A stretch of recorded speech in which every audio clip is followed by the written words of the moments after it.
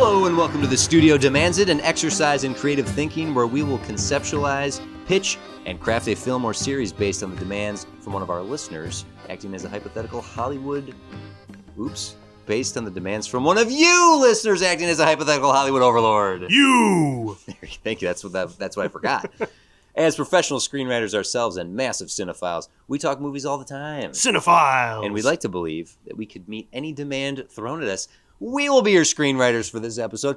I am TC DeWitt, and joining me, as always, is Jim Cold Read Brzelic. Cold Read, Jim. If I put something in front of you right now, you would cold read it, and it would be great. I would cold read it. I don't know if it would be great. Oh, that's all right. I'm just going to send you that real quick. And now Jim is going to cold read something for us. Yeah. I found out that this was Jim's middle name, and I was like, you know what? I need to see if this is a family name or if it really lives up to Jim's expectation. All right, Jim, here we go. Cold read, first century, go. I shit myself blind. Your giggle is... A few years back, I was home alone during a power storm. I went into the bathroom to take a dump, and at the exact time I was shitting, I sneezed. Well, the power went out as well. The house was pitch black, and I literally thought I shit myself blind.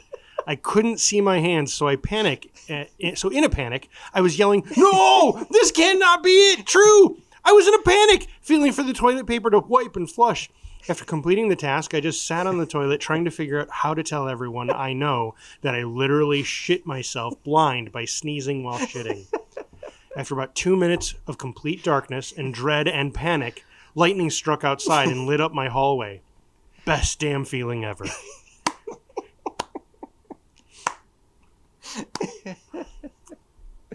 I just saw that. That would be so funny to make you read it on the spot. Yeah. Did it live up to your hopes and dreams? It did. Excellent. It's so stupid. Oh, my face hurts.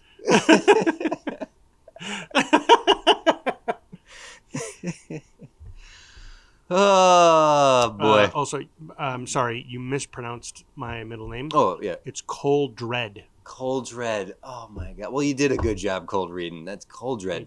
That does sound more like a name. Yeah. Jim Cold Dread Brzelic.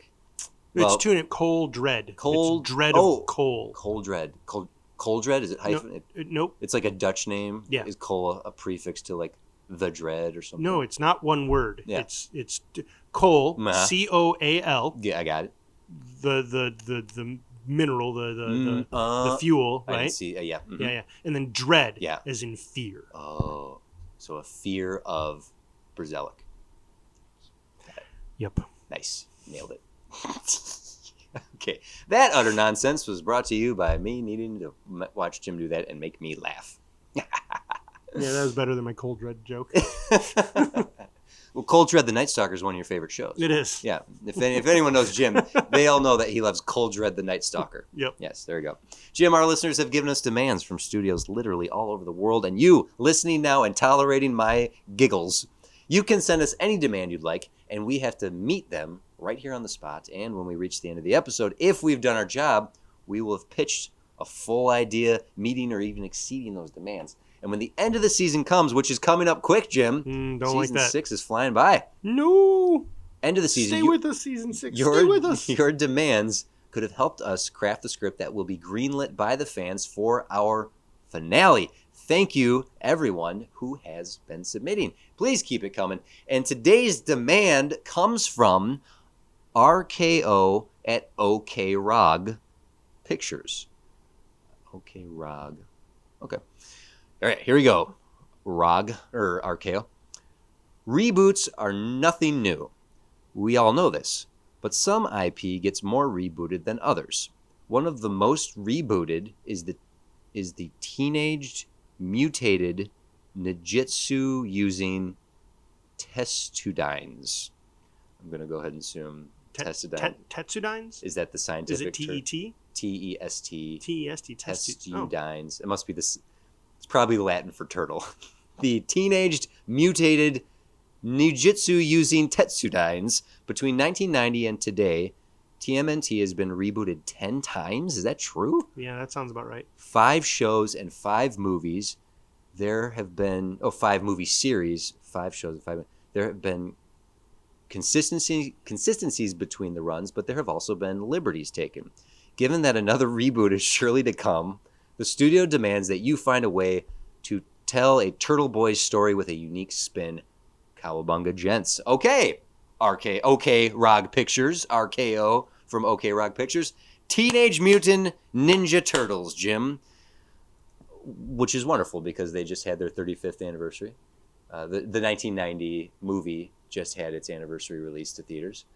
We actually watched it as we did on a whim to be our commentary. So I anticipating that we might have a turtle demand. I lotteried the words Teenage Mutant Ninja Turtles, and RKO came out as the demand for today. Okay. So here we go. Ninja Turtles. Jim, I don't know when this demand came in. I didn't write that down. But I do know that they're working on a Last Ronin movie that will be rated R, based on the comic book miniseries of the same name, and will tell the story of a Ninja Turtle. One of the 4 brothers is alive, has all the weapons, and is surviving in a semi-apocalyptic landscape where...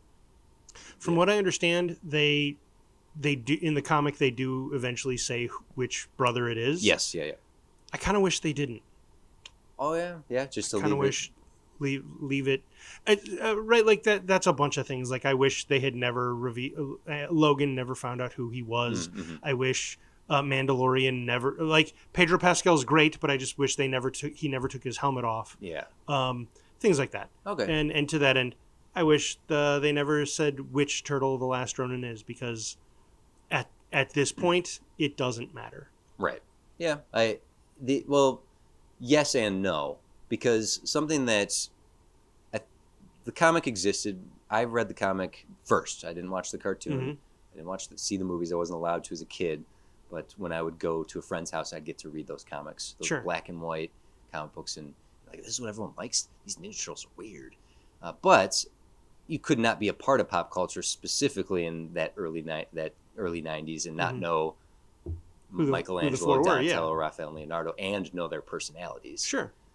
And I think that to say that it doesn't matter who it is, yes, if it's this adult turtle who is a fully fledged human being and not a caricature of a teenager, because if it's Michelangelo, it's the party dude who is now the Last Ronin. If it's Donatello, it's the intellectual who's now, you know what I mean?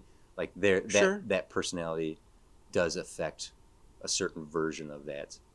Well, I disagree. Yeah, you've been reading this story, that's this last remaining brother. Yeah, and you've been getting flashbacks to when the brothers were alive. Mm-hmm.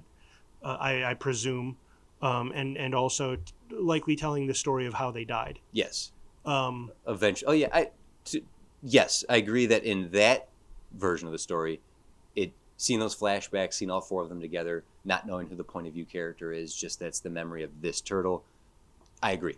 We don't need to know who the turtle is. Yeah. They are now emblematic of all 4 of their personalities combined into one thing and serving justice to the apocalyptic landscape. And there is an empathy in wanting to know which one of the 4 lost ever is carrying on, and to see if it's Michelangelo, to go from such a joyous character to being this sad, or going from being the leader to having lost his team, basically failing at being a leader, mm-hmm. or feeling like he did, or if it's Raphael having been so consumed with his own rage, mm-hmm. that his rage wasn't able to save his brothers, and now he exists only as a memory of that rage. Yeah. Or Donatello, the machines amounted to nothing, right. since he lost the one thing truly mm-hmm. meaningful to him. I would prefer a story which goes and suggests all 4 and never tells you which one it is. There's a craftsmanship in that of allowing the reader to decide who they think it is. I completely agree. So were we to have any sort of say in the matter, that's how we would do it. We would say, Yeah. like, you don't get to know which one it is. Yeah. But we'll see how they handle it. I have reservations about it being adapted, leading with the fact that it's going to be rated R. Yeah. It's like that has some real Suicide Squad vibes.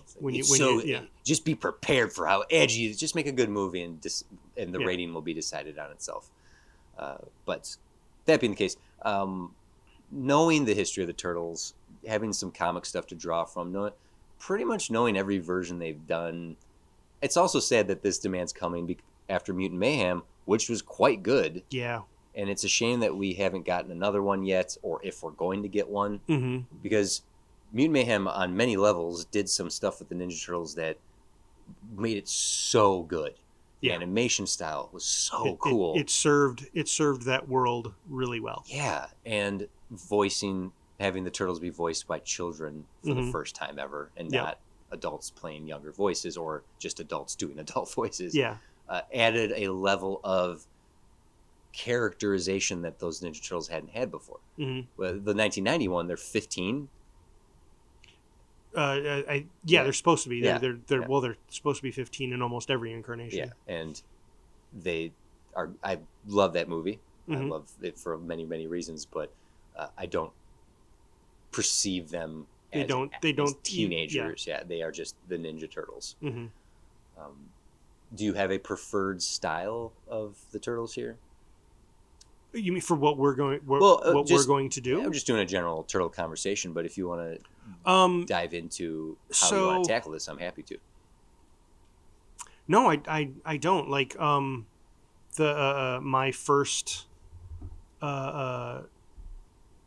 run in with the Ninja Turtles was the cartoon, and specifically the first 6 episodes commissioned for it were of a slightly higher animation quality. Yeah. That like the Turtles had more actual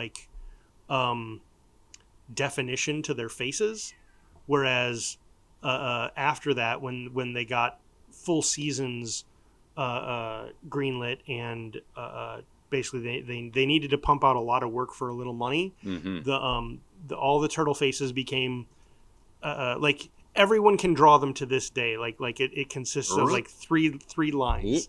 Yeah, and it's all the same face. Yeah, and the thing is, they were the same face in the original 6 episodes as well, but there was just a slight more attention given to their details. I'm remembering one particular line that goes straight down their face that gives them a slight beak look, like turtles have. Sure, yeah.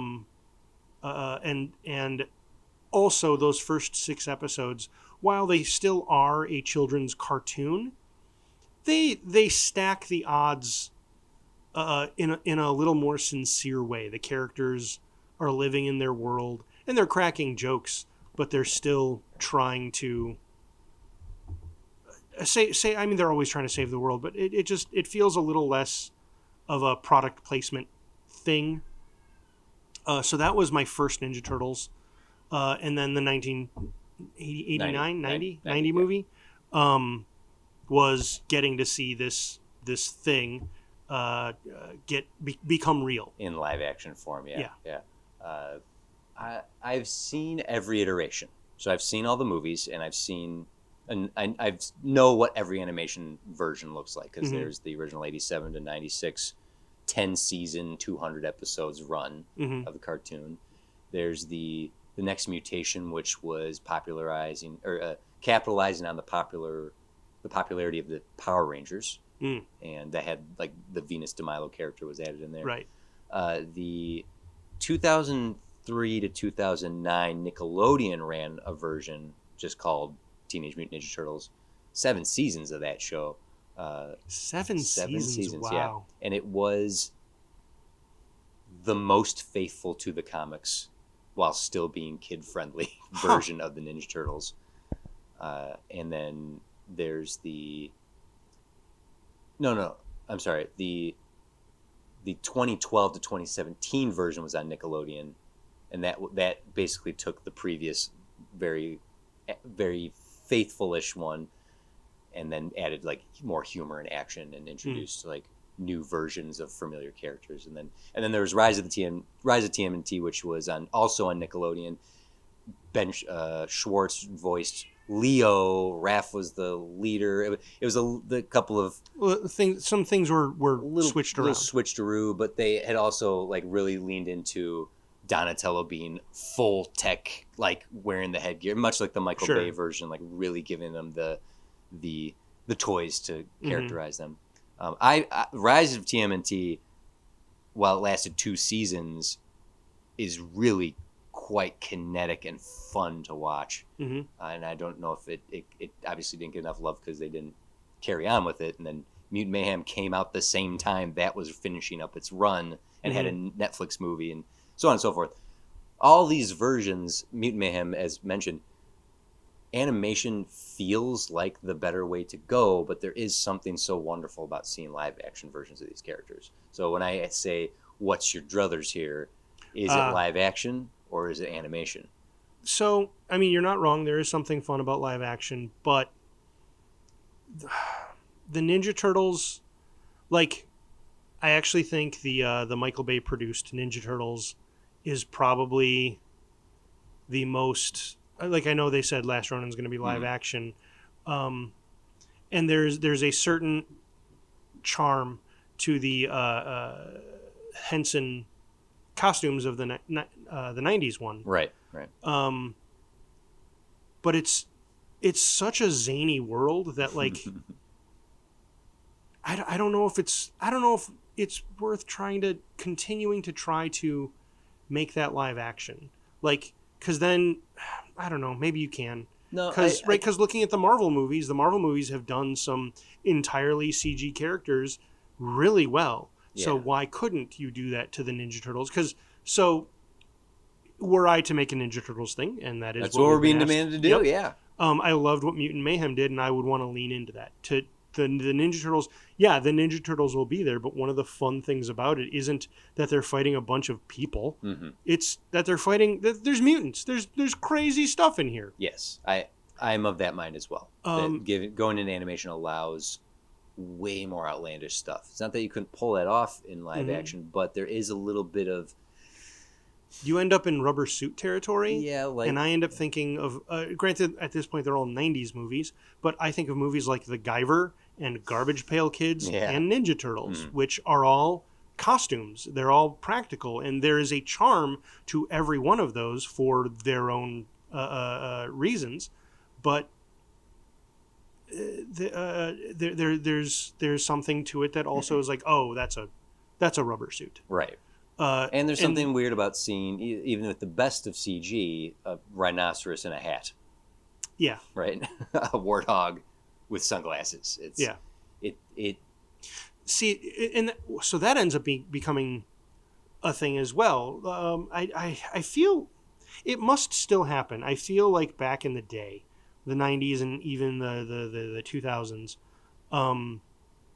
the spectacle film, basically showing off technology, was still a thing. And I feel like that's not quite a thing anymore. Even when it is, right? Like, every Marvel movie is a cavalcade of CG technology. Right. But I don't feel like that's how it's presented. I could be wrong about that. It might just be because I'm not going for those reasons. Or maybe I'm past. I'm not properly impressed by the spectacle movies that are showing off things like that anymore, like Avatar. Maybe I should be, but they all just feel like, okay, you're getting really good at Roger Rabbit stuff here. You're putting CG characters that aren't real. You're animating them onto screens, onto sets with humans and actual sets, and sometimes those sets aren't even real.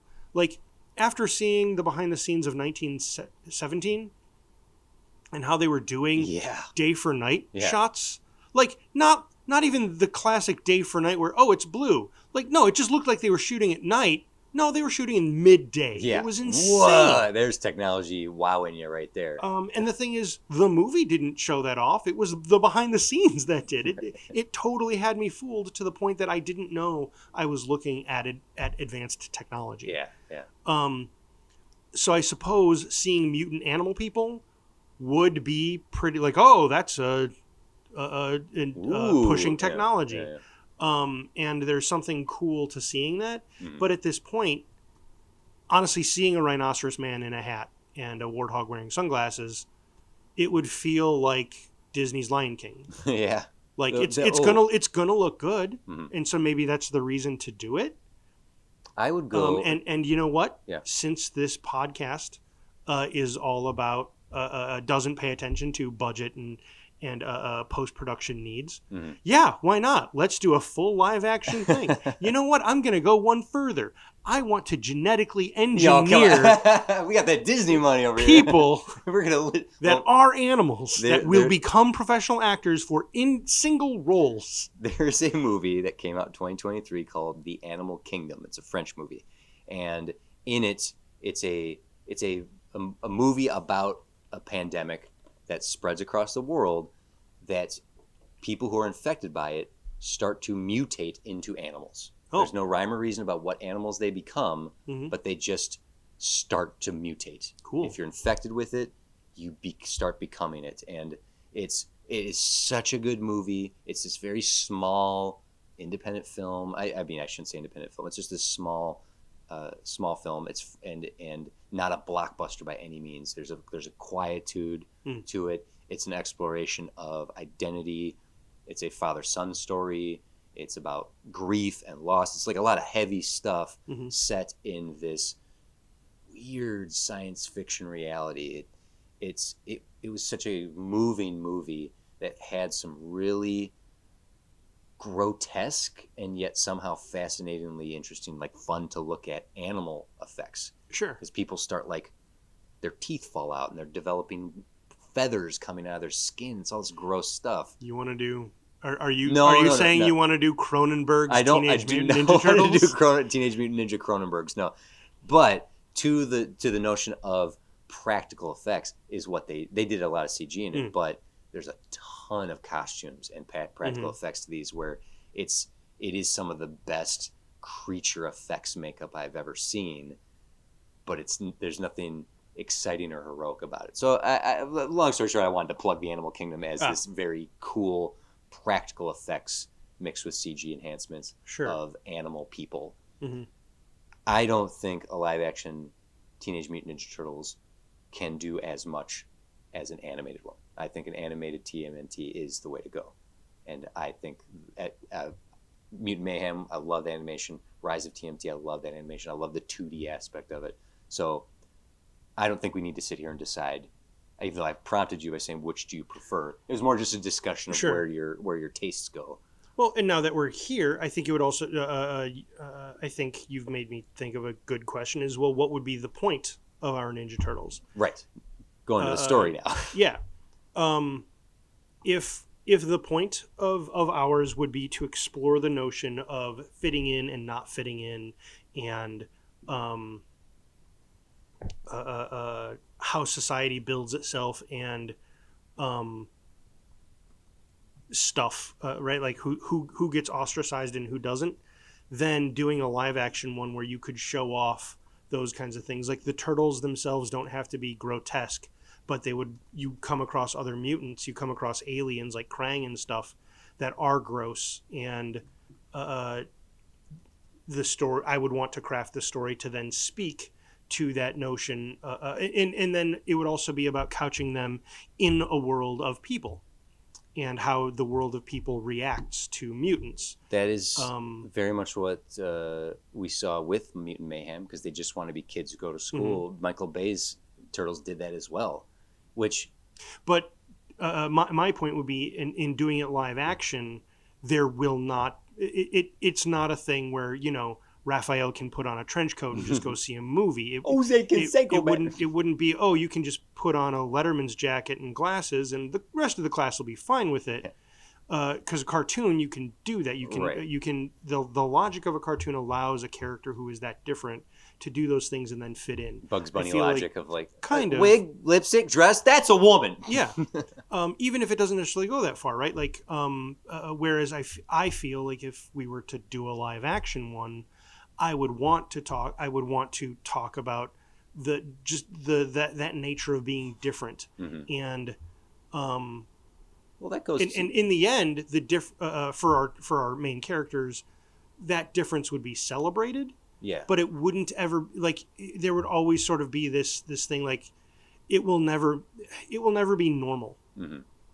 Does that and Yeah, maybe yeah. and that might be the exact wrong message Not necessarily. to do with Ninja Turtles. Maybe, but the Mirage comics, the way it started, the turtles are very much outsiders. They don't live in public view as Mhm. superheroes.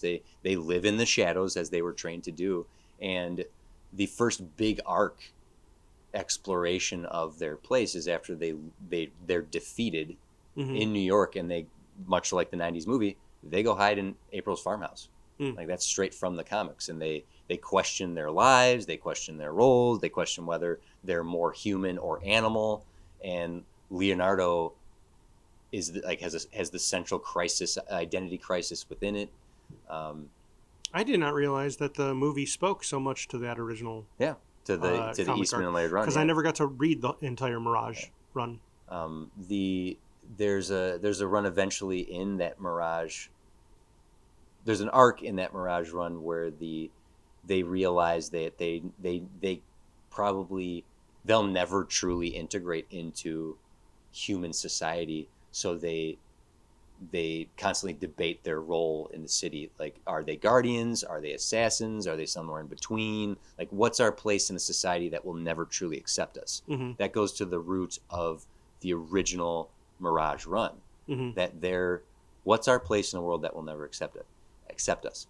And that goes to a conversation about underdogs. That goes to a conversation about currently in a society that we exist in that does marginalize people who, despite being marginalized, still fight the good fight for the greater good of all of us. Mm-hmm. So the turtles being an allegory for identity politics and roles in society, there's something deep to explore there with these weirdo characters named after Renaissance painters and sculptors. Sure, that's true. So that Mirage run does deal with those identities. Like you see, Mm-hmm. I don't need to repeat Yeah. myself. Yeah. I only ever read the Mirage run, so I can't speak to the Archie run or the I do not the remember Image. the Archie run doing anything like that. The Image Archie comics, comics, by the way, just to be clear. yeah. Yes. Although I think they did have a crossover with Archie. Oh, surely they would have. Why wouldn't they? I read some of the Image comics, Right.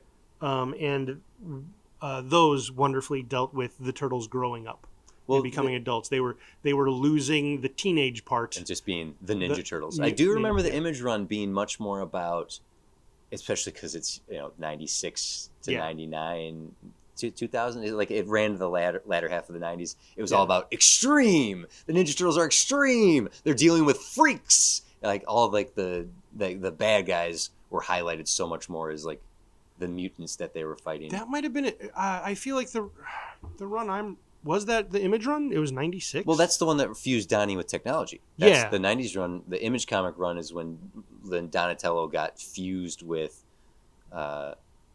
his tech. Yeah. The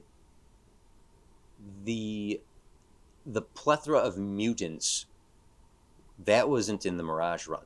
It was in the Mirage run, but it was more introduced in what I was somewhere in between him. Probably the Archie run is where they started dealing with more mutants. Like all I can think of is the toys. Like because the cartoon just pumped out cartoon characters toys, because they were pumping out toys. Yeah, and so I think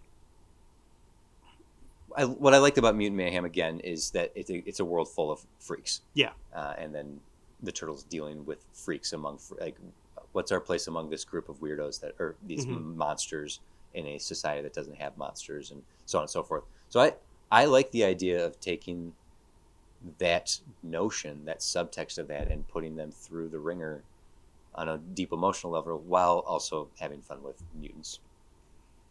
Okay. Yeah, I don't know what to do with that. I'm just saying, like, if you have any, like, oh, I don't want to do that. Let's just be extreme. Let's send them to space to fight robots and orange triceratops. Which also, yes, we should do that. I also never read, because I didn't finish the Mirage Run, I never got into their space adventures, which I know is integral to them, but always felt so weird. Like, why are they going to space? Because that's what comics do. Sure. The oh my gosh, I'm trying to think. Like, that first Mirage Run is first we meet Shredder, very much what the movie does. It deals with their creation, the rivalry. So with the second movie, the mutants that they create there, were those from the Mirage comics? Bebop and Rocksteady? No, in the second movie. No, that's right. It was Slash and something. I remember. Well, I remember it was being another upset. turtle. It was another turtle because they did a snapping turtle. Yeah. I remember being upset that because Slash at that point was one of my favorite characters, and I did not like how TMNT 2 portrayed him. Yeah, it was like a dog or like it was a like wolf. A weird dog monster. Yeah, I think they were made up for the movie, because I don't have any. I think eventually they were folded in the comics, but I don't remember them being a part of it. Trying to internet really fast. And internet it's not faster, working. Jim. It's not working. Tell me more. Too many TMNT things. That's fine. I think that. So, like, the original run is like the Shredder run. You understand the backstory of Splinter and the rivalry. Very much what the '90s movie essentially did. Yeah. Them coming back after their defeat, they like staying at April's and coming back. I'm trying to think that run of comics is like 60 some odd issues. It's definitely less than 100. But I think the first volume is like 60 some issues before they move to.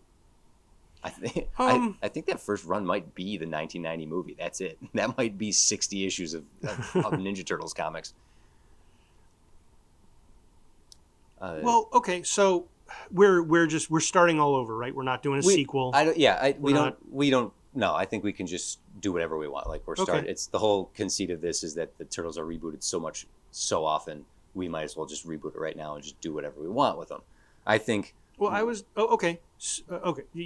Please. I skipped the origin entirely. We have reached a point in pop culture in a society where that there are certain characters we don't need to be reminded where they came from. We're not going to see Bruce Wayne's parents get killed again. We don't need to see Peter Parker's uncle get killed again. We don't need to see Krypton explode. And I don't think we need to see a truck full of radioactive material splash little turtles and turn them into mutants. They can just be. Well, I don't know if I agree with that. Whoa! But that fight me. Where's your bow staff? It's right here. Ow! He hit me with it so hard you couldn't hear it. Because I'm a ninja. Oh, how'd you get behind me? Get back over on your mic. Ninja. Ah, what Jesus? So I feel like if we just jump past all that, then we're not going to be exploring. Then the notion of exploring what it means to find your place, I think, is a done deal. We lose it. Okay. Yeah, we lose because they already exist in this world. It would be more like the Image run, where it's like, well, now that we've been a part of this world, now what do we do with ourselves? What about Legacy sequeling the original 3? I never saw the third one. Okay, Turtles in Time. Yeah. Based on the video game. I don't know that for a fact, but that was my main Ninja Turtle things were the cartoon, the first 2 movies, and then mostly that first arcade game and the Nintendo game. Yeah. Oh God, but only the first 2 levels. Okay, because it's an impossible game.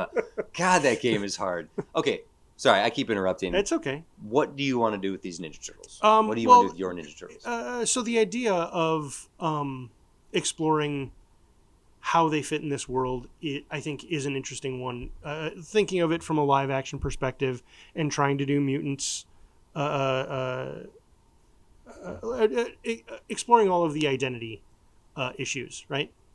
I think is an interesting one. So what I was going to suggest was it would still be a somewhat of an origin story in that the Ninja Turtles are not a known commodity, Mm-hmm. but I was going to suggest, and I think Mutant Mayhem actually kind of did this. Mm-hmm. Although the difference, Mutant Mayhem had Superfly, but nobody knew who Superfly was because there was never witnesses. Mm-hmm. And so then when the Ninja Turtles encounter him, it's a big deal. Like, oh, you're like us. You're mutants like us. Mutants. I want to sort of go the other way. Mutants are sort of exploding all over the, not literally exploding, but Right. like they're popping up all over the place. And the world, the news, is getting nervous about them. Sure. Like, oh, what are these mutants up to? They're doing all these Now, this might be a little too X-Men, Mm-hmm. but they're doing all these terrible things. They're The Ninja Turtles exist because of Daredevil, so it's okay to rip off a Marvel comic. they're knocking over banks and they're robbing bodegas. That's not cool. Mutants are terrible. We got to do something about these mutants. Meanwhile, our heroes are in the sewers, seeing this news, Mhm. right, and trying to decide how they're going to go about in this world. The world, they don't want us. They say as much. They like that one guy said, "Hey, muties should all we should kill them all. We should lock them all in a zoo." Yeah, that's the That's probably where they came from. Yeah, from a zoo. A zookeeper and a warthog did a thing, and that made a warthog baby man, and now they're robbing bodegas. This is modern day New York City. So that's my initial notion, would be to do that. And if we do yours, where we don't do the intro, the Ninja Turtles are a known thing. Mhm. We could still do something like that, but that's less about how do we enter into this world, Mhm. and more how do we navigate the world turning on us, Mhm. even though it's known us for so long. So the Yeah. notion can be done with either one. Sure. I feel like, and I'm not saying no to this idea of what you've just pitched. I just feel like this is common territory. It feels like a Ninja Turtle story we've seen already, of them Yeah. being a part of we got to go out in public and prove we're not evil Sure. like these other mutants. But I know I had did this whole thing about how the original core of this was about being an outsider and finding your place in society, and realizing you don't fit in, so therefore you decide to be a protector regardless of how the world's going to see. Like, I know I had gone into all that territory, and you are right. If we take this story and start it and just drop in on the lives of these characters that have existed for X amount of time, Mm-hmm. they very well, if that's the case, then they've accepted in some capacity that we have already made the decision. We do not belong to this world, but we will still use our abilities to protect the world that doesn't know we exist or want us. Sure. Dropping in on that, and then where do you proceed from there? Here's a soft pitch of, we've already made that decision, and there's a turn in the world of people, like maybe the first, like a famous Lady Gaga type character starts dating a mutant, and suddenly it's becoming socially acceptable that mutants are now part of culture, and everyone's like okay with it. And so then the Turtles are like, we accepted a long time ago that we'll never be a part of this world, and now the world has changed so much that maybe we could enter society. And then they fight ninjas. Yeah. Maybe that's not a okay. Here's another notion of they are not Teenage Mutant Ninja Turtles. They are adult turtles, Okay. and they've more or less completed or finished their mission. They've all gone their separate ways, and now we have 4 schools of thought. That Leo stayed in New York and has continued to fight that never-ending battle. This is from one of the comics, I believe you were telling me about. The image run was about the 4 of them. I think it starts where they're 19. Yeah. And they're all like they've defeated the Foot Clan. Okay. Yeah. And they're all trying to see what their next phase of life is. Well, And I didn't follow enough of the run to fully know where it goes. I'm sorry, Eric Larson. I didn't read enough of it. But I do like the intro was Michelangelo wanted to become a writer. Raphael basically picked up Shredder's helmet and mask and became leader of what remained of the Foot Clan. That's cool. Donatello was helping out their space friends when he had an accident and a cyborg fused itself to him. Mm-hmm. And Leonardo was struggling with what to do next because all he ever knew was being leader of the Ninja Turtles, and now they were all going their separate ways. It's like being a warrior in peacetime. Yeah. Right? That's sort of the struggle that he has. Yeah. Well, okay. What I like this. What if whether I don't. No. Well, let me Sure. have a moment. I don't fully want to use all of this, but let's start with Leonardo being a warrior in peacetime. Okay. You're gonna, whether you know it or not, want a war.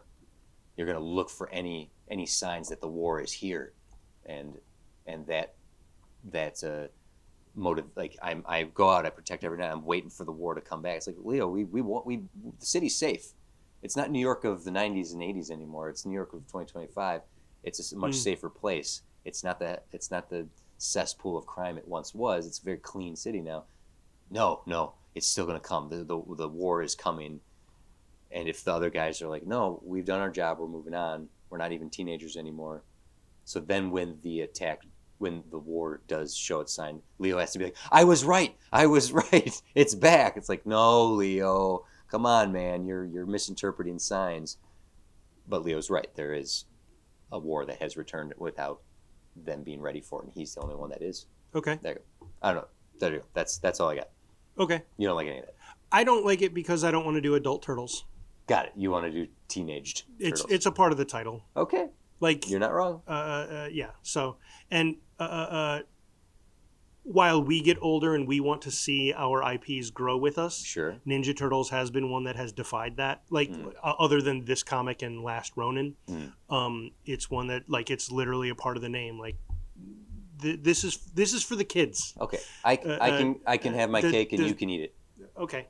And I guess just what I mean by that is like think about all the IPs that we've seen. Yeah. Right, like Bill and Ted, Star Wars, Indiana Jones, right? Like, and we all understand why they're aging. Ninja Turtles is one that doesn't have to. Okay, well let me give you some cake to eat. Okay, they're 17-ish, and the movie opens with them defeating Splinter and the Foot Clan. Oh, defeat Splinter. Oh, no. Sorry. They defeat Shredder. What happened? Oh, no. We get to make a prequel about how Splinter goes bad. You're disgusting.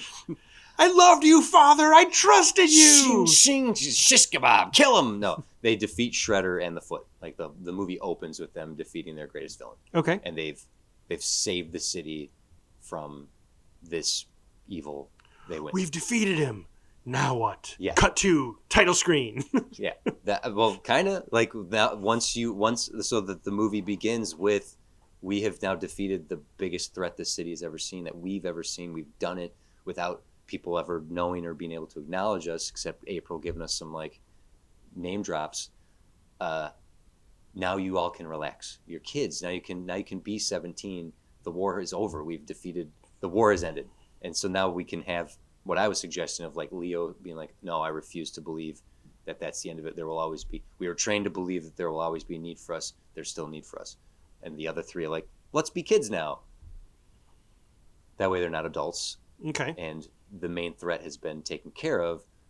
In that, what it offers up, whether we want to choose to use existing lore or not, is then what's the threat? Because there is a threat. Mm-hmm. The audience isn't going to know what it is.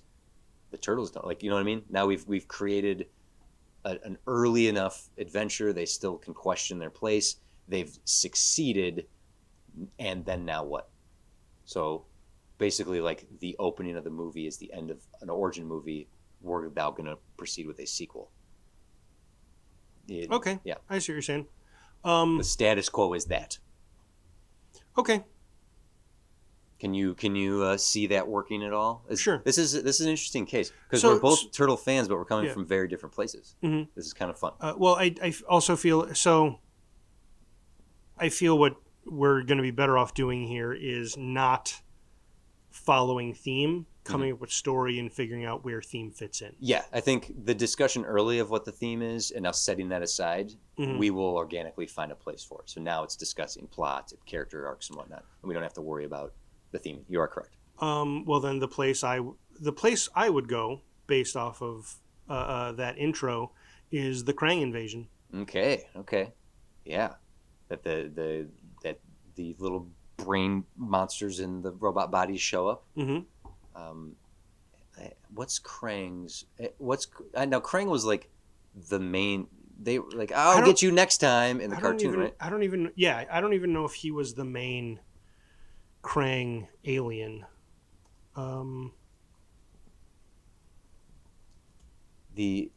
Krang. Oh, he is. He's an alien warlord. Frequently appears in Ninja Turtles. Yeah, frequently, like he appears somewhere else. Yeah, well, he's definitely had arcs in the shows and most recently the movies because, like the '87 cartoon, Krang is the major villain alongside Shredder. Yeah, having not even watched the show, I can tell you that. Yeah, I remember from the comics, Krangs there's a plethora of them. They come from Dimension X. They're trapped in their brain bodies. They have the Technodrome. I mean, that's in the cartoon as well. Krang isn't... Krang... It's funny that Krang is a species. He was in the Rise of the TMNT movie. Yes, yeah. They did this. That's the main villain of Rise of the TMNT, as the show as well. Oh, no. He was just the main villain in the movie, because the movie ended the series. Oh, okay. Yeah. And it's much more. You actually would love it. It's much more Lovecraftian horror. Sure. And campy. It's not the campy brain in a body from like the earlier. Not? It's much more grotesque space monster stuff. So, okay. Krang was never in any of the Muppet movies. No, he was not. But now there's a conversation. Which Muppets play the four main characters? Right? Rizzo's obviously Splinter. Kermit's Leo. Gonzo is Michelangelo? Yeah. No, Animal's Michelangelo. No. Fozzie's Michelangelo. Jokes!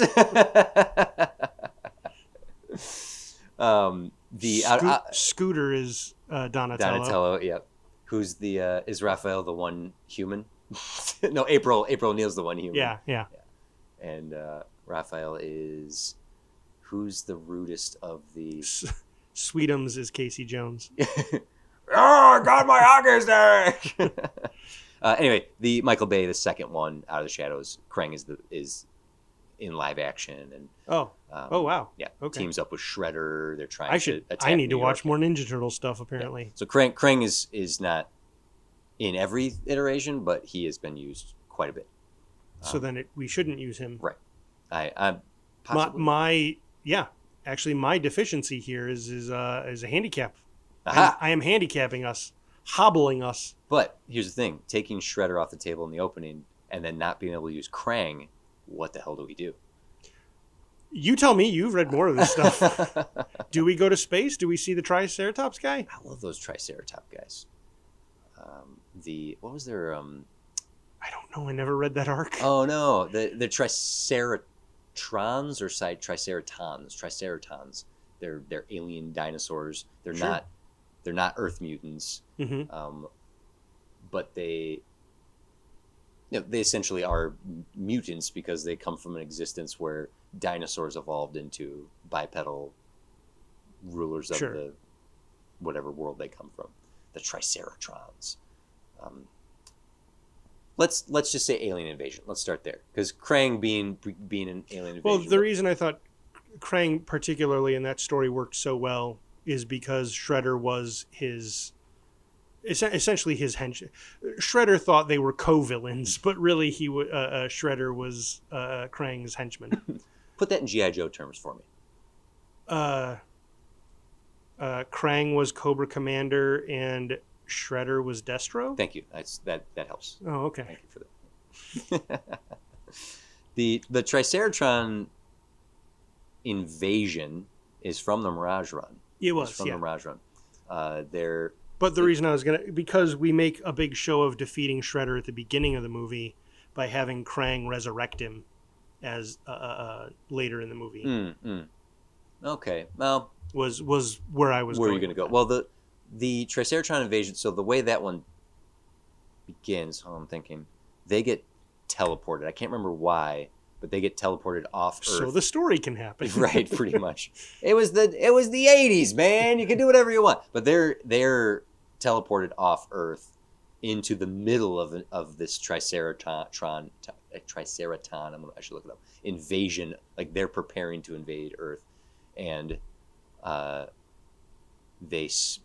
scout ship crashes in New York, and then eventually the U.S. government exploits the chaos, causing a standoff, using that as an excuse to do some unsavory governmental things. Triceratons. Thank you. They just changed the P to an N. Having a Triceratops, yeah, right. Having an alien invasion of Earth is, yeah, and that's those are some cool looking characters. So instead of Krang, whatever you wanted, you said you wanted to resurrect Shredder. Well, that's why I started going that route. We don't have to. Well, let me ask you this: in this suggestion that they defeat Shredder, do they kill him, or do they lock him up? Because if they don't kill him and they somehow lock him up in the midst of the invasion, it could be that the Turtles we need all hands on deck, and that includes. No, I don't like that. No, okay, no. Okay. I think a classic.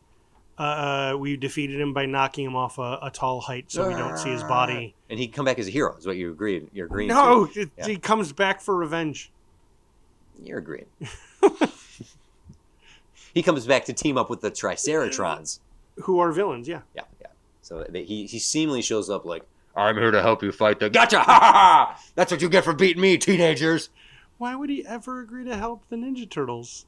To lull them into a false sense of security. You've been ninja lulled. Ha! No one expected this. Yeah, we did. We called it when we let you out that you were inevitably going to betray us. Curse your sudden yet inevitable betrayal. Alien invasion. Okay. What does that do for you? If that's... It doesn't do much. Where are you going with it? You suggested it. You said Krang was going to show up. Yeah, because okay, let's say it is Krang. So because I was going with what I know from the cartoon show, right? Which is basically he has his battle drome underneath New York City. Technodrome. Sorry, battle drome is GI Joe. Yeah. It's a Cobra thing. Why would you compare GI Joe to Ninja Turtles? That's on me. I don't know. You guys hearing this over here?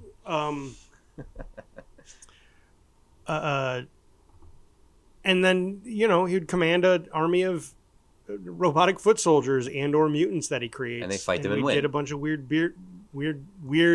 bad brains, and they'd fight and win. Okay. But you're right. Maybe that's too pat. Maybe that's the exact same as the Triceratons invading. Yeah. Let's take a moment. Let's take a beat here. As far as setting up the status quo the way I did, does that work? I think there's something fun in taking Shredder off the table immediately. Okay. And then where do we go from there? If you like the notion of Leo being like, no, the war isn't over. It's like, relax, it is. We can be kids now. To me, it depends on where you go and what you want to do with that. Right. Otherwise, the theme of that is you can't ever be kids. Being adults and being ever vigilant is the proper thing to do. Well, that is a theme to explore. That if the other three are saying like, no, we can be kids now, we can relax, we can, even though we can't go to school, there's ways for it. Maybe Michelangelo's found some kids in Harlem who are like cool with him showing up to play basketball or whatever. Like they can start finding their way to integrate into a comfortable childhood. Their childhood is coming close to an end anyway, and Leo's the one who's like, no. And yes, you're right. Like, if Leo is right, then the answer is no. If you're trained to be a soldier, you'll always be a soldier. Yeah. And finding a way to make that not true could be part of... While also having a war and him being right. Yeah, like, I don't know. Like, the only way we're going to defeat these Triceratons is if we make fart noises at them. Be a kid! Boinky, boinky, boinky. Maybe not. Let's take a moment here. Let's take our 5. 5 for us, 60 seconds for you listeners. Let's take our break here. And just go ahead and just walk it off for a second to try to think what we can literally do anything we want with the Ninja Turtles. Mm-hmm. I'm gonna set my any ideas I have from the comics, any knowledge I have from the comics, I'm setting it aside. Okay. Anything you have from the cartoons, let's set it aside. Anything at all. If we end up wanting to use Krang, we're gonna use Krang. But Sure. let's just take, because I think it's one of these cases where we might know too much Mm. about the thing that we're not freeing ourselves to do whatever we want with the thing. Sure. I think if I may reference a previous situation, is way back when we did the Lone Ranger, trying to make a Disney Lone Ranger limited us. Yeah. We were saying we got to stay within these lanes, and I took the rails off and said, let's just do whatever we want, and then find our way back. Much like finding our way back to the themes, we can do literally anything we want with the Ninja Turtles. You're in the backyard, you have the toys in your hand. What are we gonna do? So go ahead and let's take a moment for that and take a quick break here. You go with that? Yeah. Cool. I mean, very clearly, the Ninja Turtles fight G.I. Joe characters. So it's a crossover. It's Paramount owns all these properties, Jim. We'll be right back after these messages from 6.5 Media.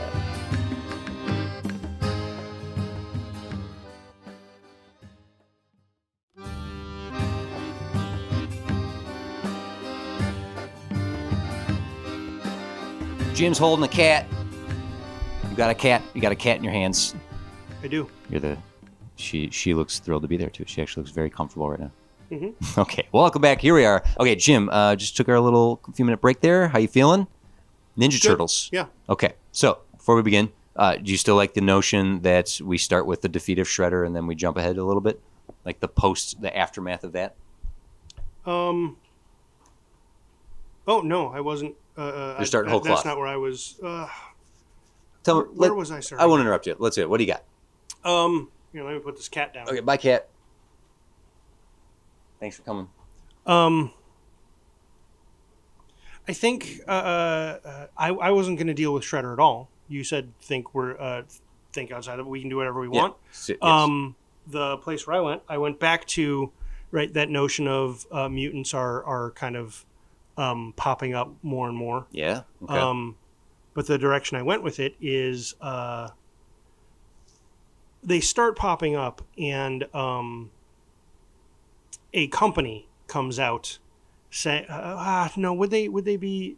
I couldn't decide if they were forward about it or not. But basically, our Ninja Turtles are trying to find out what's happening here. Holy crap! I'm realizing as I'm trying to say this, I had a lot of holes in my plot, That's my okay. story. Go ahead and throw out your noodles here, and I might. But have basically, some spaghetti sauce. there is a genetics company that has been splicing different things together for different reasons, right? If we can mix a pig and a chicken, making a pickin', we can have very tasty, juicy pork chicken. Pork chicken, yeah.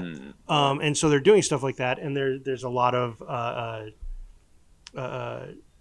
waste product, and that's kind of what gets dumped down the drain, and eventually what makes our Ninja Turtles was some of this runoff is what made the Ninja Turtles, and other mutants are popping up, and the company actually starts. They actually start a line of they're looking into making basically they start doing man-animal hybrids, right? Okay, They start mutating people for different reasons, and likely for the so they make anything they can to genetically engineer stuff. And one of the things I can come up with a bunch of things that's unimportant right now. What is important is that they're doing this, and they're doing it nefariously. So there are a bunch of test cases that they will bury or abandon or whatever. And the Ninja Turtles are looking into it, and they're trying to take down the company that was responsible for spreading the waste that made them. Okay. It was way more complete in my head as I was thinking about it. Let me offer up something here. I like the idea of mutants becoming more widespread. that more of them are popping up. And the what about the Ninja Turtles? They're hiding from the world, but not because they don't want to reveal that they're mutants, but that they're vigilantes, they're heroes, they're out there fighting crime. Whereas mutated beings, creatures, people, hybrids or whatnot are becoming more common. That whatever this TGN, TIG, whatever the TGIF was, that the company that created the mutagen that led to this, there could be something there to explore. But essentially, for the past 17 or so years, mutants have been integrated into society here and there, and they're part of the day-to-day world. The Ninja Turtles are these heroes in a half shell who defeated this ninja clan. We're still going to use the defeat Shredder in the beginning. Sure. And so the status quo of this world is they've completed their war, and the world exists with other mutants around them. Okay. They are just staying hidden. Now, it is a year later. Okay. And the four characters have gone to they get to just be teenagers in one way or another. Leo's still training, Rat, like whatever we want to go, we can come back to this.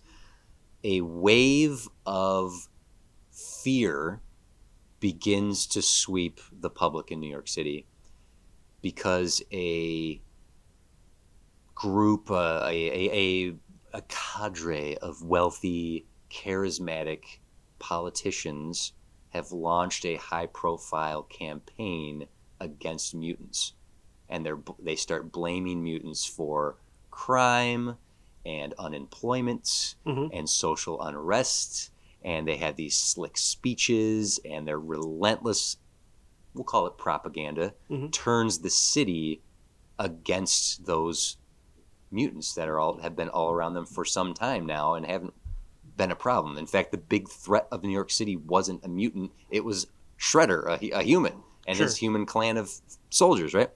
So these wealthy types, these politician types, are fanning the flames of open hatred against this community of people, and the Turtles have to start putting out fires as there's an uprising of hateful attacks against the mutants, and the Turtles become heroes to the people who need to be saved. The mutant community, the mutant community, and those who are protecting the mutants, and also feeling the ire of this hate wave that is being spread by the powers. And it's why are they doing this? Why are these wealthy, attractive, powerful people waging this campaign? The mystery of finding that out is they can be the most disgusting they're not humans. They're actually like ancient evil that have mutated below the surface of society and have crawled back into the public view, prettied themselves up, and are hiding in plain sight, turning us against each other. Turning people against the mutants, and those are the most disgusting evil in their soul and inside and out things that need to be killed and destroyed.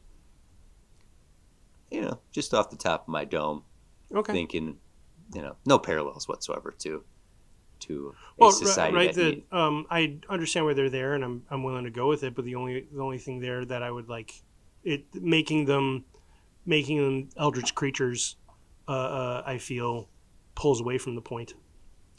Go ahead, and if you see what I'm doing here, right? Yeah. I'm not being I'm being pretty opaque here. I think if the ones doing this were just humans. Okay, yeah. That drives home the point more. Okay, good. Yeah. But by making them monsters, it goes along with the allegory of the people who cause this kind of thing. They're terrible.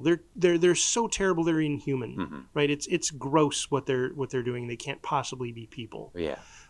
But it also, in our fiction, allows a notion of separation of, no people would ever actually do this. I love that. So the people so your allegory, right? We lose the Scooby-Doo lesson of, it doesn't matter how creepy or terrible it is. It's always an old man looking to fucking make money. Yeah. Yeah, and if we open the movie with the defeat of Shredder, the greatest threat New York City has ever faced, not a mutant, And in the grand scheme of things, these evil people Sure. are just human. It could even be like, what sort of monsters are these things? And the revelation is they're not monsters at all. They're just bad people. He'll Sure. always be the rich white guy who's trying to make a buck off the theme park.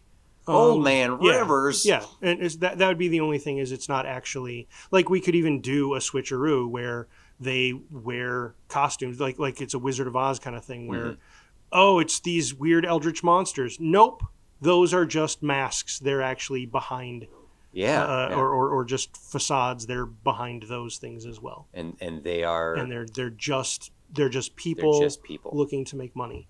And so to that end, okay, I guess we can keep the whole they defeated Shredder thing. What that builds nicely into is, I know the company has a name in canon. I'm going to recommend calling it something else. I'm going to recommend calling it Chimera. Okay. And it's been in operation for a number of years. And they do things like they offer cosmetic products, like get an injection and I can't think of any good examples, like get a mane of hair like a horse, or you used horse shampoo. Yeah. Why not have horse hair to go with it? Yeah, right. Basically suggests that they've been doing genetic engineering on their products for years, and there are human casualties, suggest death, but human victims here. Or even animal victims. There are victims here that they just kind of throw away, and over the years they've kind of been growing in population, and maybe that's what April O'Neil has been reporting on, or was, and so then that's all backstory. Right. Starting the movie with the Turtles defeating Shredder, and they think they have a moment's respite. I don't think Leo has to be like, no, we must remain ever vigilant. There can be an element of that, but I don't even see the other three. There wouldn't be much downtime for them to be like, let's go live normal lives. Yeah. They would basically get a moment of respite, and what would happen is almost immediately these politicians that are and other pundits who are saying, oh, these mutants are bad. The mutants are bad. What they start saying is, that Shredder guy, he was keeping the mutants at bay. Oh, man. Look at them all. They're all popping up you see them on every street corner. Yeah. This is, they dare to come in our restaurants now? Because they've been hiding and shunned and stuff, and now there's so many that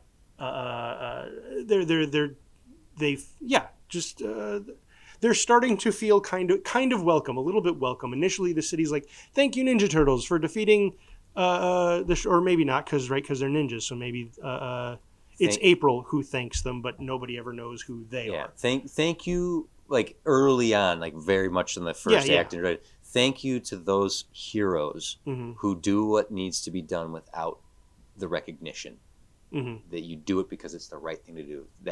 Those are heroes right there. Yeah, which could be part of the theme of the movie of like doing the right thing because it's the right thing to do, not because the attention you'll get or what people think. It's just what is morally correct.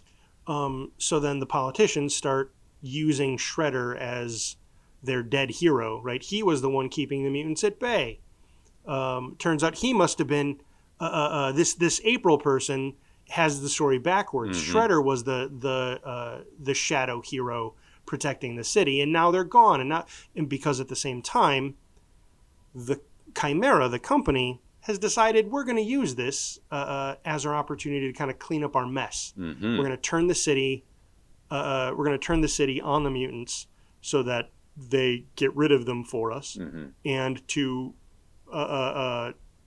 pump that up. We're going to have some of our own mutants that we have on payroll, such as Rocksteady and Bebop. We don't have to use them, but they work because they are scrupulous enough to attack mutants for the publicity. Yeah. So or Rocksteady, the money. Rocksteady and Bebop, hired by the corporation, go out and start causing chaos Not necessarily, maybe hurting mutants, but they don't. They don't. It's more about making a show of look mutants bad. Yeah, yeah. False flag kind of stuff. Yeah. Yeah. And so then the Ninja Turtles and April helping to find who's doing this and why. Once again, and as always, follow the money. Follow the money. Well, let's so then you find out the politicians are doing it because they are being paid by the corporation to do it. Yeah, it's the money and the power that's corrupted all these things. Now, looking at the characters after they defeat Shredder and they have a moment of respite. Now giving the four of them four individual tactics of how to address this. So, for example, if Leo's the one that's like, we need to go out and fight and protect the people from being attacked by this, that, or the other, whether it's humans attacking or if it's other mutants who are working with bad faith against our best interests and fighting them. Leo is taking a very defensive or offensive position. No, more I see defensive, right? Because he wants to protect the people, right? And Raphael can be like, no, we got to take out these pachyderms. Yeah, like that was supposed to be a pachyderm portmanteau. That's so rude, but it's cool because both rhinos and pigs are pachyderms. Very rude and cool. Thank you. It's a very cool dude thing to do. So he wants to no, we need to attack these guys specifically. They're giving us a bad name. Yeah, so offensive reaction, defensive reaction. Donnie working with April to do the investigation side of it. That they are their tactic is, let's figure out this. What's the structure of this? This isn't random. This is very calculated. Who are these people? Because it needs to come down to a fight, and whether it's these evil politicians have the ability to fight turtles, or they got their goons and pull Shredder back into the mix to fight them, or what have you. It still needs to come down to a fight in a freaking ivory tower that they just beat the crap out of people into. To make their point. Yeah. And Michelangelo opens a pizzeria. Well, I was going to say there might be an opportunity here to face this from another perspective, which is, you might poo-poo this immediately, but if Mikey has a girlfriend or a relationship that is not of turtle kind. Go ahead. No, that's all right. You can have this. If another version of this is it's not being on the offensive, it's not being on the defensive, it's not investigating, it's being able to witness the consequences of like the rhetoric of it. He's just a cool party dude. He's just out there. He's got a significant, and all life is good until it isn't, and either it's the significant is also getting attacked, or the significant turns like, well, I've been reading some of this stuff, seeing some of the stuff online, and maybe we shouldn't date each other anymore. I don't know. There's surely a fourth way to approach all this. So here's my and we can combine the two. Mm-hmm. But here's my proposal for that. Mm-hmm. We got a lot of mutants in the city. Maybe Michelangelo, it's not a matter of going out and fitting into the general New York populace. Mm-hmm. He finds a place. He finds a place where mutants have kind of created their own little sanctuary, their own little speakeasy. Mm-hmm. And so he goes there, and he's found a little community outside of his brothers. Yeah. And they get attacked. And you can give them a girlfriend there. Yeah, okay, good. We all win. Getting them to through all these encounters of the city's falling apart, these attacks are happening, how each of them approach it in their own way. We get some legs there. We get some, because they're not working together. They all are working for towards the same thing of, this is bad, we must stop it. We're going to do it our individual ways. In the end, they do need to come together to work as a quartet to defeat the evil. And yeah, I think that once they get to the big picture of things and they're fighting the final boss battle, the four of them working together, now they all have different motives and reasons for being there, similar and different. I see. And Mikey could even be the one to try to talk sense into someone like Bebop and Rocksteady, to be like, what are you doing? Why would you... This is bad for you too, and this is, when the dust clears, you're next. You're on the wrong side of this, man, dude. Man, dude. Man, dude. Don't call me a man. Yeah, to have Mikey be the heart, in a sense, the brain, the heart, the muscle.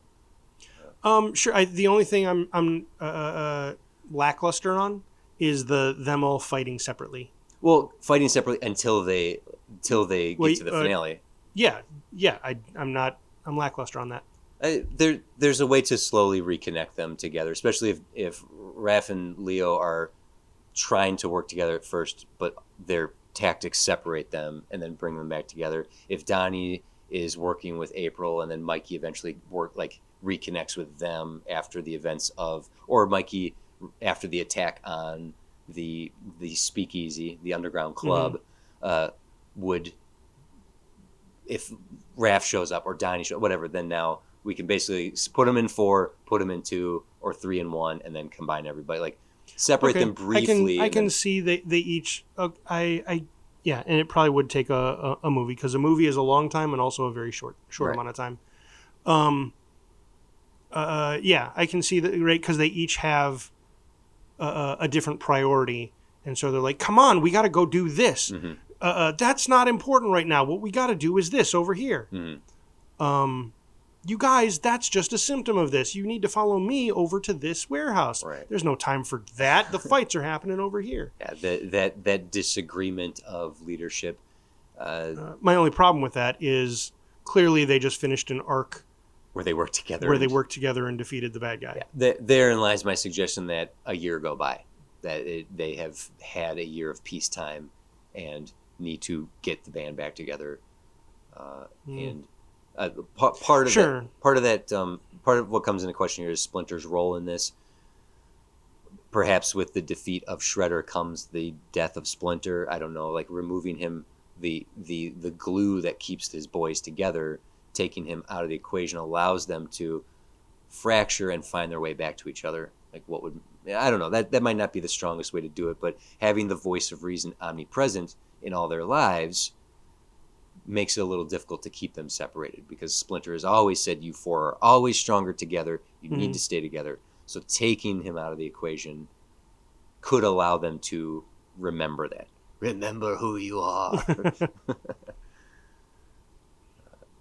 This of course might be way too heavy of a subject matter, but I think that there's without all the variations of what you can do with the Ninja Turtles, if this is the spine of the whole adventure, and then injecting it with one-liners and cool fights and the flash and extreme cool stuff, allows it creates it can lull people into learning a lesson kind of thing, where it's like, oh, this is cool, it's about depression. What?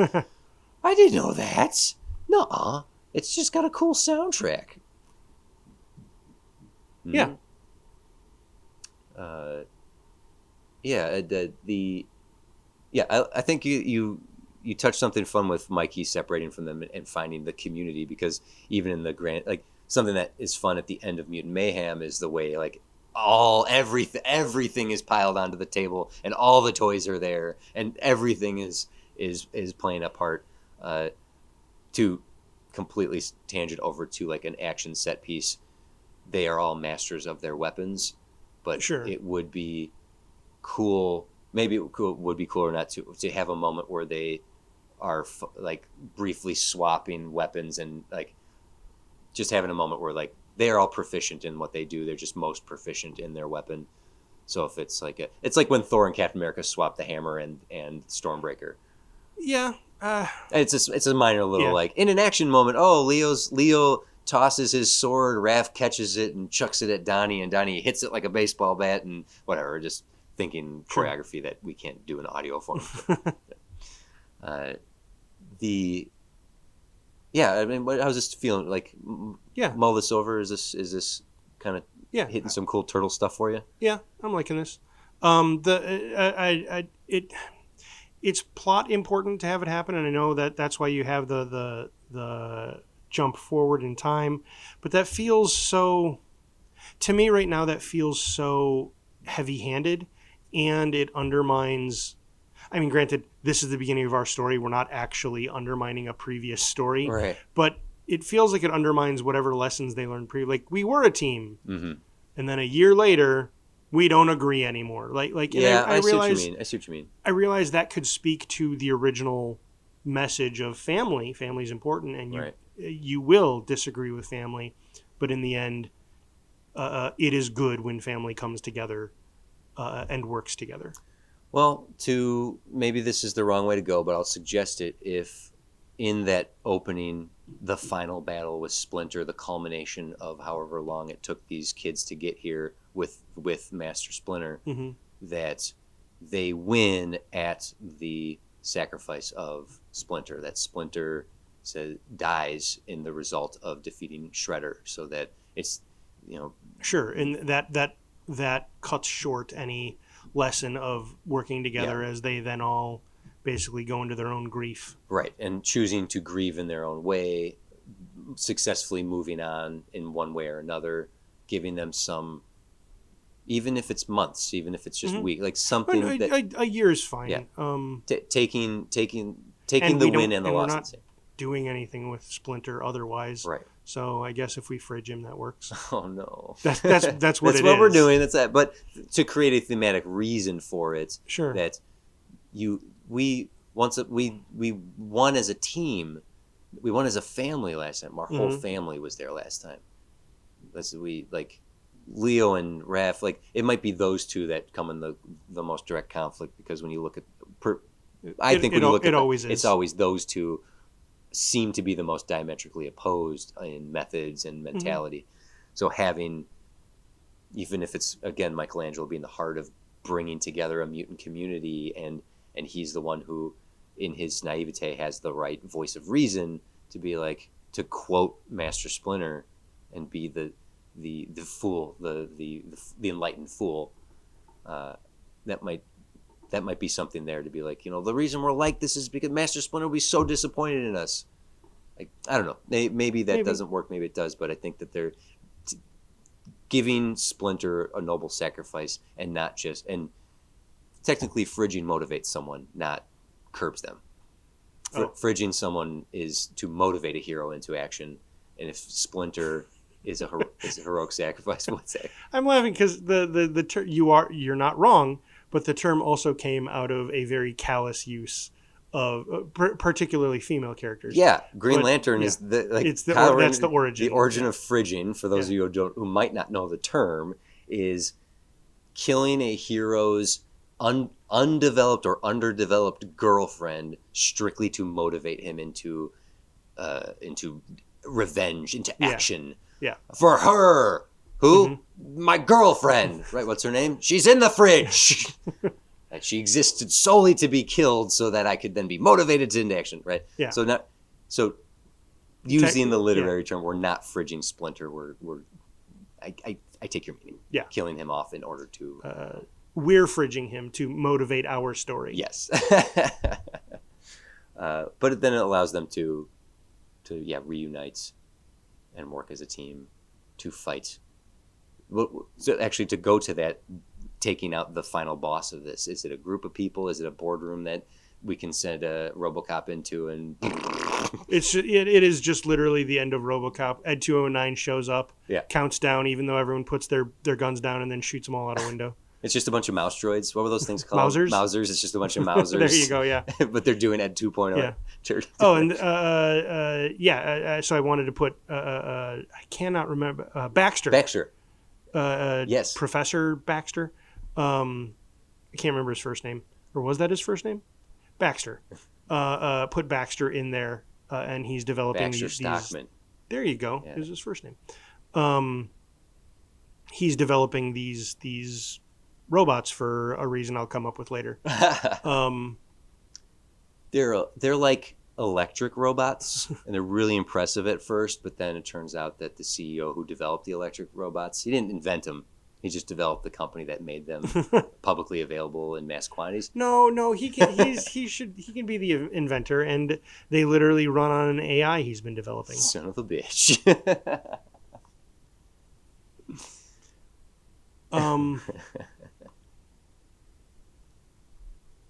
Yeah, I think we got something here. Okay.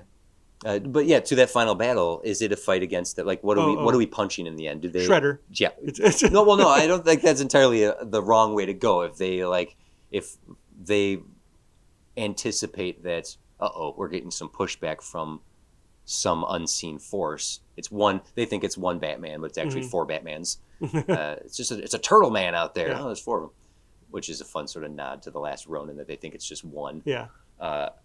In anticipation of that, yeah, they have Bebop and Rocksteady and some other mutants that might be having their They ace in the have hole. their own little army of mutants. Right, but the ace in the hole being Shredder himself. Yeah,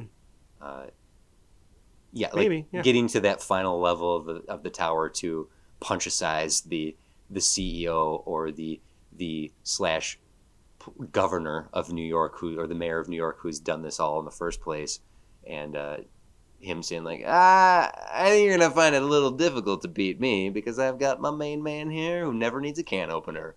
I'm back, turtles. And then they have to fight Shredder again. And then punch that politician in the face. Jim's thinking. I'm thinking. I know I suggested that earlier for like, if it's Krang, he brings back Shredder. Mm-hmm. I guess I didn't realize I was doing that, but yeah, touching back on that idea that Shredder. Am I okay with it if it's not Krang? If we're not just doing the cartoon story? If I kind of want to keep Shredder dead. Okay. In this version. Yeah. Because the point to earlier is Shredder's dead, and they're using the idea of this villain. Mm-hmm. They're trying to lionize him for their cause against mutants. Yeah, yeah. Whereas if he's alive again in the background, that sure, it makes them more nefarious, but like in a weird way. Like I like the idea that they use the reputation and name of this dead man to their own ends. Well, then this isn't a wholly original idea, but could that final boss, whether it's the mayor /C, it's a mayor businessman, I think, if he mutates himself to fight them, or right? Like I kept thinking that too, and that feels pretty.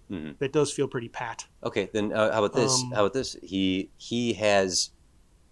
This is someone who's been preparing for this. That he has access to power and money and things that are unheard of. Even going so far as having alien technology at his fingertips, so he can power suit up, and it could be hints towards the Triceratons and Krang just within the tech that he's using. I think I like that. I think I'm okay with that. He basically, I can think of a couple examples where this is coming from. But yeah, he suits up to fight these guys. Lex Luthor battle suit, Silver Samurai against Wolverine.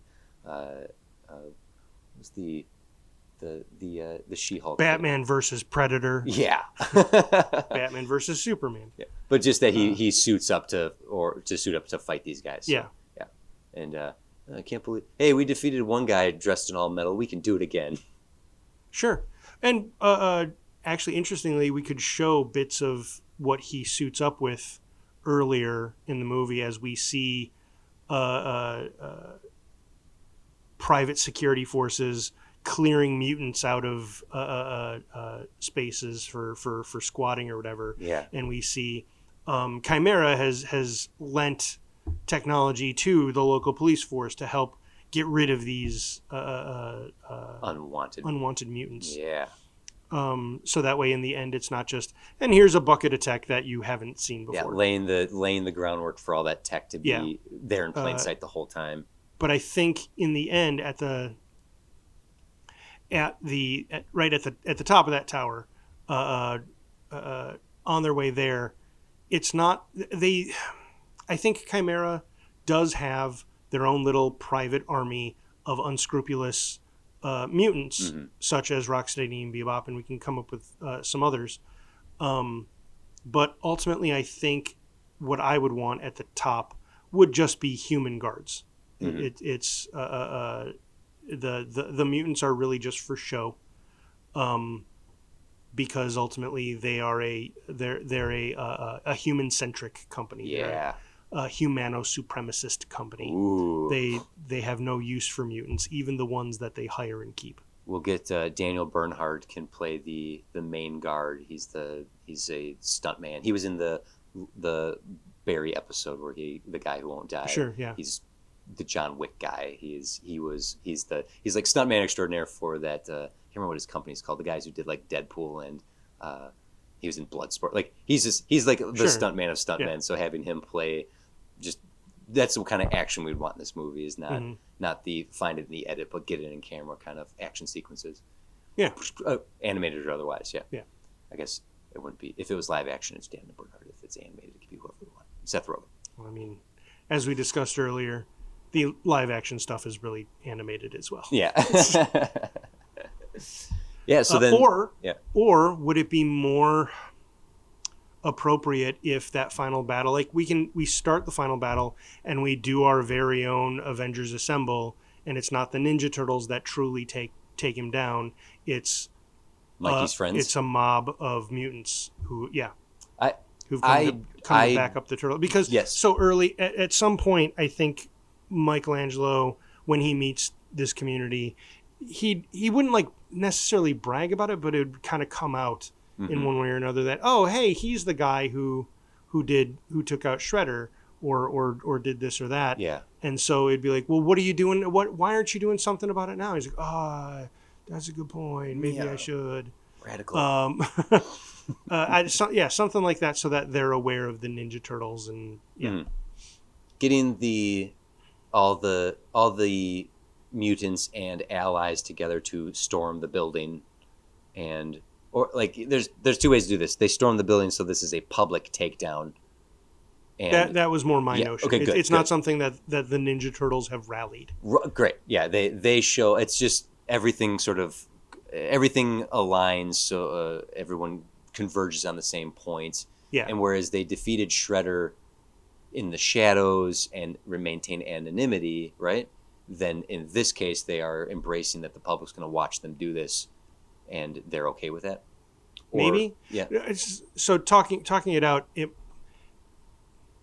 in the world that this is taking place in, to the general public, that might not look great. If all these mutants that everyone's been vilifying, they stormed a Capitol building and eliminated a CEO / mayor. Yeah. Maybe that's not. Maybe we don't do that. Yeah. Never mind. We could and/or it. No, I think what we do, we have simultaneously what's happening is a confrontation is happening between, like, maybe there was a protest that stop beating up these mutants, stop killing these people. They're residents of the city. Right. And it's coming to a head. Protesters versus counter protesters. Sure. And a mob fight. It basically is a riot is basically about to break out between these two groups, and somehow our Ninja Turtles defeat the villain in a way that it stops the riot. that he is publicly revealed. Coming down to if this. I mean, do we just do? Maybe it's hackneyed, but we just do a thing where Donatello hacks a screen. I was just about to say something to that regard. I'm not my power. I'm not a mutant like you thought I was. Like they believe that this is a monster this whole time. Like my weapons are our cameras and the internets and screens. My power is my voice. I can control you with a flick of my finger and a smile across my face. Like if that's his brag, it's like, cool. We're going to hoist you on your own petard here, buddy. Yeah. Here are the cameras. Here's the streaming. Here's your voice. There's your smile. And there's all the world seeing your true colors. Yeah. So yeah, I think it and it wouldn't even and it doesn't just implicate him. Like he says, this is the corporation's Yeah. I know you were trying to like put the politicians as the It's central villain. yeah. I'm doing the corporation. Oh, I think the yes, I corporation. think they're one and the same at this point. Like that, Um, the power, the hierarchy that's in charge of this, that's trying to manipulate the public, is mhm. both CEO and leader, like Sure. government Like it leader. could like cut in like you think the mayor is gonna care what you have to say? I am City Hall. I control the mayor just like I control everyone else. Yeah, All through all the things that they consume. They consume and believe it. yeah. Having a moment of like, oh, you think like Donnie tries to do Hmm. something and he stops him in the climax. Like, wait, you going to display this in Times Square? You think Yeah. you didn't prepare for that? It's like, oh no, we have cell phones, buddy. What are we doing sending it to TV screens? Like, just sort of a little Yeah. switcheroo there to be like, he assumes it's one thing, it's the other. But yeah, in general, whether it's hackneyed or not, just to hot Mike the villain, Hmm. might there's still some satisfaction in. Oh gosh, and the epilogue of this, or the denouement of still having that few people who like, yeah, I heard every word he said, fake. Like, still having people who, even though it's right in their Sure. face, the truth was told directly to them. Having Hmm. that small, there's the poison never truly gets out of the system. Yeah. In a situation like this, there will always be zealots. Sure. Just a little thing in the, like, April being upset about, or Hmm. Donnie being upset about it, and having some sort of moment of like, that's the news, that's how Hmm. it works. Yeah, it's like the fun of this does come into the dialogue and the action sequences. All this very serious subject matter we're playing with, Hmm. if you put on top of it, I was talking about this earlier, a fun soundtrack and great action moves and fun quippy dialogue, I think those things can congeal and live in the same existence to say a very strong message in a cool movie. Right? Sure. Yeah. James Gunn, what are you doing? You're good at that. Is he busy? Is he busy right now? No, I don't think so. Okay. All right. I mean, he did He one. finished. He did He one finished up movie. with He did one movie this what year. Lollipop Chainsaw, and I don't know what he's done since. So Oh yeah. Okay. Trauma. that wasn't Trauma. That was just a video game. Oh, okay. I'm sorry. Okay, so Ninja Turtles. Do you? I think. Do you want to wrap it up here? Does this I feel think like a? so. Yeah. Like I don't feel like our energy came to a head in the third act, but I feel pretty satisfied with what we put together as a whole here. Yeah. So let's go to OK Rog Pictures, RKO OK Rog. How did we do? We took on your demand. We decided it was going to happen anyway. So the demand was find a way to tell a Turtle Boys story. You are right, Jim. You were right to keep the teenagers in there, with a unique spin. And if Eastman and Laird talked about being outsiders from in the 80s when they created these comics, a very Gen X point of view of being the outside the system, this feels like honoring that subtext of the original with a very modern lens. Mm-hmm. And also taking the Turtles to truly stand up for the marginalized and underdog. Mm-hmm. Like, that makes me happy to think, like, there's no mistaking what these heroes fight for. You can't switcheroo this one and claim to be one-minded and Turtles speak to me. Yeah. Right. So, but I think that's going to do it for this episode. So we want to know if we met your demand for today. So you got to hit us up. If you agree, if you disagree, if we missed something, you can message us. You listening, it doesn't even have to be RKO. You can message us directly at studiodemandsit.com or on Instagram. Find this episode if you want to comment there at Studio Demands It. If you're not already, you can subscribe to any of the pod catchers of your choice and subscribe to us.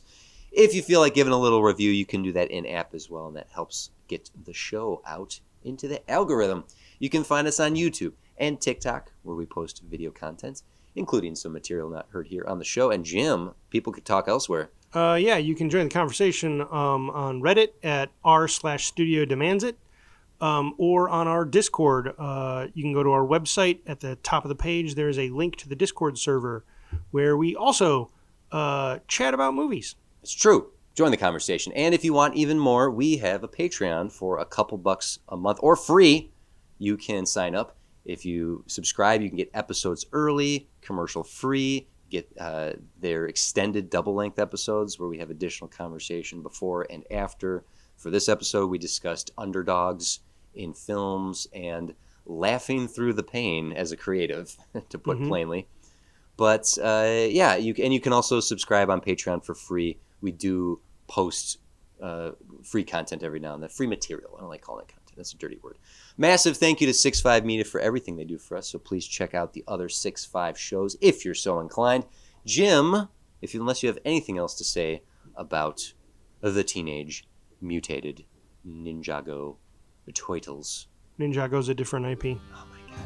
I think we should do that G.I. Joe Ninja Turtles crossover, so it's okay that I use other IP, because then Legos can work. Anyway, That's going to do it for this episode. We'll be back again soon with another one of your demands to challenge ourselves. I'm TC. Jimbo. Cold Read. Jimbo Cold Read. There we go. Cold Dread. Cold Red. I did it again. I'm sorry. Is that offensive? Yes. Damn it. All right. That's it. That's how this ends, with me being offensive.